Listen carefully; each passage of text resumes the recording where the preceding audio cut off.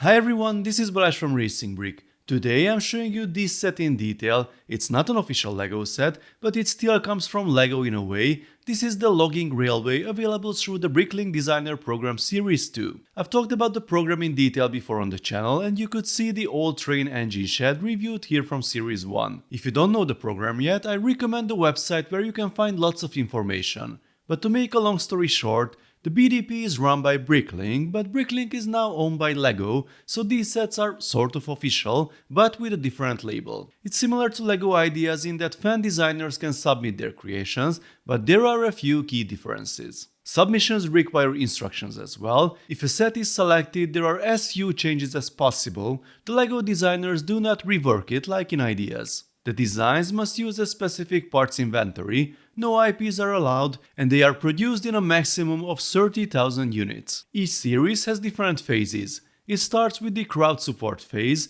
where you can vote for your favorite creations. At the moment, Series 5 in this phase, you can vote between the 3rd and the 14th of June. More than 300 designs were submitted. Then comes the review phase, in which the team checks the votes and also evaluates the designs from the perspective of the building experience and brand fit, and in 2 months they select the 5 winners that can be prepared for production by their designers. There are already finalists for Series 4 and 3, but today is the day when the crowdfunding phase of Series 2 begins. If you open the page, you can check the local prices for all these sets. Pre-order started at 8 AM US Pacific time. All sets that reach the 3000 pre-order threshold will be produced, and there will be a maximum of 30,000 copies. Based on the previous phase, popular models may reach this limit within hours, others could be available by the end of the pre-order window. For Series 1, 3 sets were sold out, but the other 2 were also funded. As you can see above, it takes about 6 months to produce and ship the sets, and you won't be charged until the item is shipped. Interestingly, Series 1 had larger and more expensive sets overall than Series 2.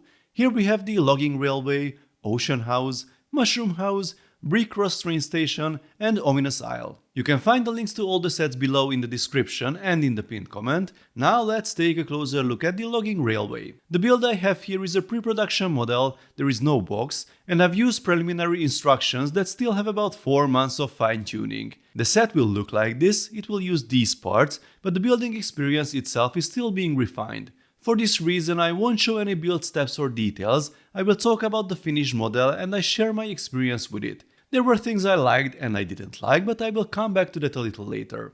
The designer is Thies, and according to his Bricklink page, he's definitely a big LEGO train fan. The set has 2,731 pieces and only 2 types of stickers. The price is $210 US. All local prices can be found on the product page. You can find the link below and also in the pinned comment. So here is what you get: a massive wooden trestle bridge that is almost 1 meter long, a small locomotive, a flat car, a logging wagon and a caboose. Let's take a closer look at the rolling stock first. The locomotive pulling the train here is called Toto. It's an O4 locomotive built in the 1890s, as the background story shows. I like the color palette, it looks nice.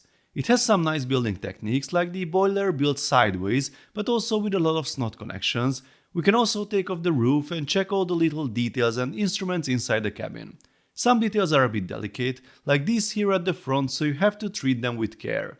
The flat car is quite a simple construction. It has a generator with a few printed parts. It has enough details, I think. The longest one here is the logging wagon, which is loaded with freshly felled logs. The construction here was moderately exciting. It's all round 2x2 bricks on Technic cross axles closed with printed elements at the ends. It's a bit tricky to attach the chain while you are trying to keep all the logs together, but in the end it's surprisingly sturdy. Bonus points for the silver minifigure scales down here. The caboose is probably the most detailed, with some snot building on the sides. I like the steps on the ends. We have doors on each side and the roof can be removed in one piece. Take a look at the middle section with a slight angle. That's a nice level of detail. Inside we find some tools, a table, a stove and even some saplings to replant the forest. We have 3 minifigures, all with printed torsos. One also has printed legs. The train has the usual LEGO magnetic couplings and runs on normal city tracks. It can be also motorized. The locomotive is designed so that it can be fitted with the regular powered-up train motor, and the generator can be replaced with the powered-up hub. It even has a similar color scheme.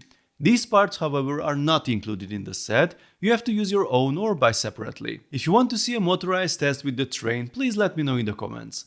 And now for the bridge. In reality, it's more of a stand. I don't recommend anyone to use it as a real bridge without a support in the middle. As you can imagine, this is the longest and most repetitive part of the build and can also easily become the most challenging and frustrating if you are not careful. Yeah, we learned this the hard way. I tried to move the half-finished build and that was a big mistake. You can see the result here, and that was the state in which I decided to take it apart instead of fixing it and start it over.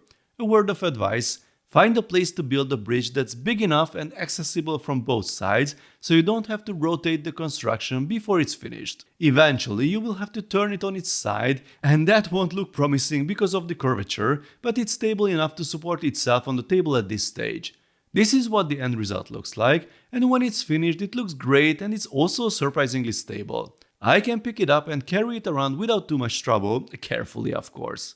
The main attraction is the subtle curvature, which makes it quite impressive. As there is only one curved track element in the LEGO world and it's much tighter, the bridge has a clever technique for the rails with tiles held by clips. I'm sure some will question the look and feel, but from a certain distance it looks like proper tracks, and I think the concept fits very well with the temporary nature of the railroads these trains ran on. The sections are held together with hinges, and I had to add these assemblies here on the outer edge to push the sections apart a little.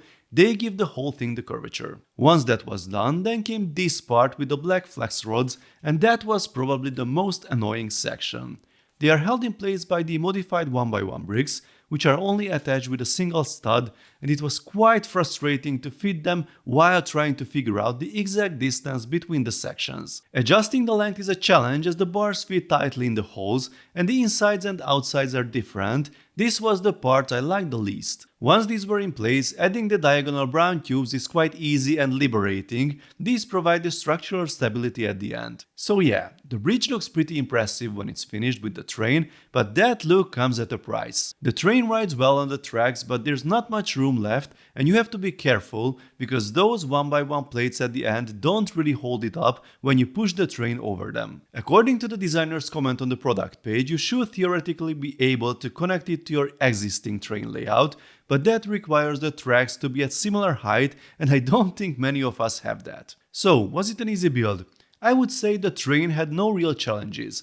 The bridge needed more attention and also requires to be built in place, but the only really frustrating section was getting the black rods to fit properly. Remember, this isn't a LEGO product. The point of the BDP program is to release sets that wouldn't be released officially otherwise. I think this one was really made for the LEGO train fan community who appreciate the fine details and aren't afraid to use custom solutions for the track and other parts of their layout. Meanwhile, it is a nice and impressive display piece, and apart from the repetitive nature of the bridge, which is kind of obvious if you look at the photos, and a few frustrating sections, it's a solid choice if you are into LEGO trains and want something different in your collection. Please let me know your thoughts, folks, in the comment section. If you enjoyed this video, then please give it a thumbs up, and don't forget to subscribe with notifications as more exciting LEGO videos are coming soon. See you next time, bye bye.